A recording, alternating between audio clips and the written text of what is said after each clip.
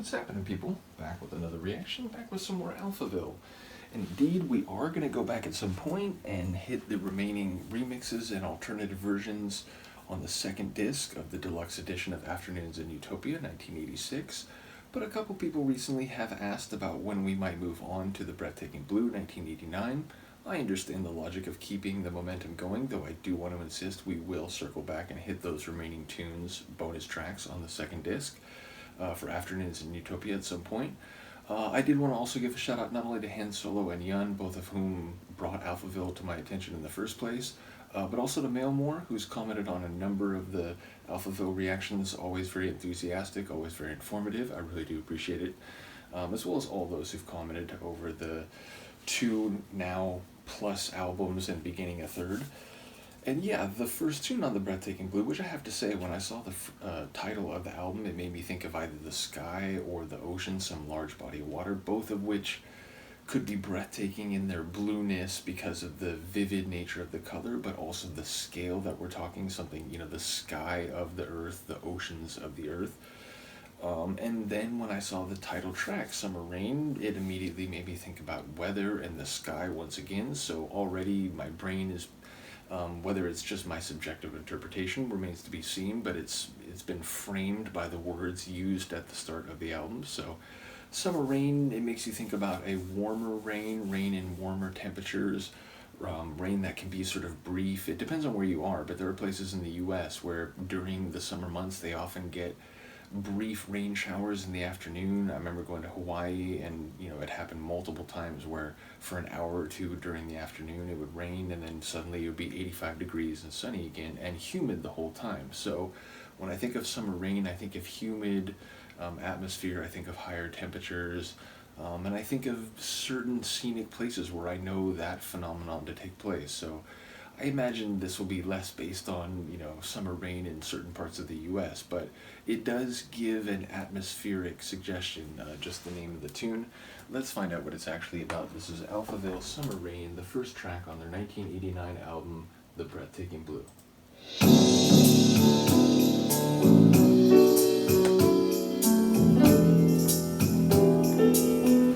Wow. World without a breeze, heartbeat overhead above the harbor.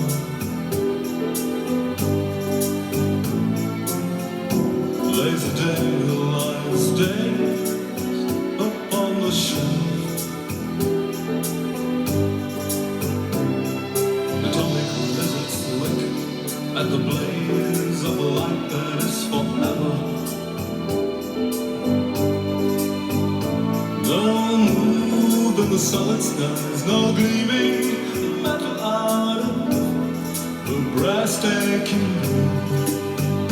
About like ICBMs. My golden circles go so sad. Also, we did this have the title phrase of the album.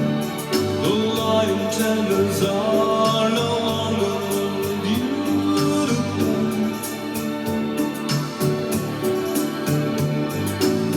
Whoever breaks the seven seas and lets the angry angels free, I do not know. Just waiting here for summer rain. Just waiting for some rain. For summer rain. I like that repetition. Or anything else. Prophethood, you're headed into a cluster of bees. And listen, love of my life, here is all our honey.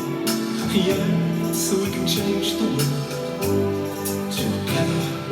And if we're still invited to walk in this body, I'd go for a saucerful of secrets or more.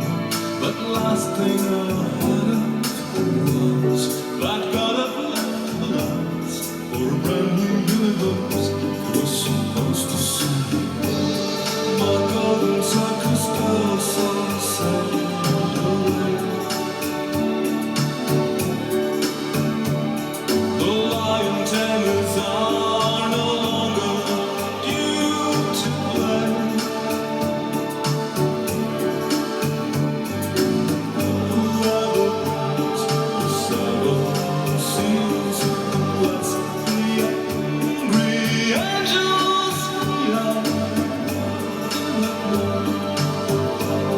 just waiting over there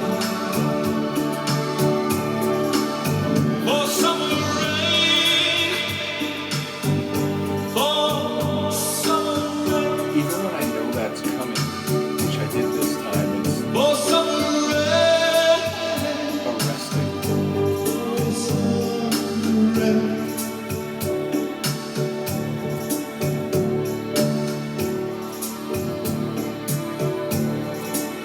For summer rain,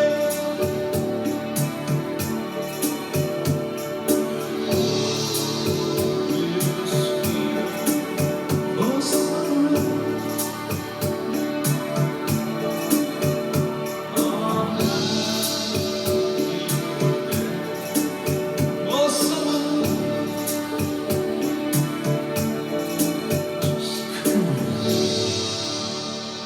Incredible.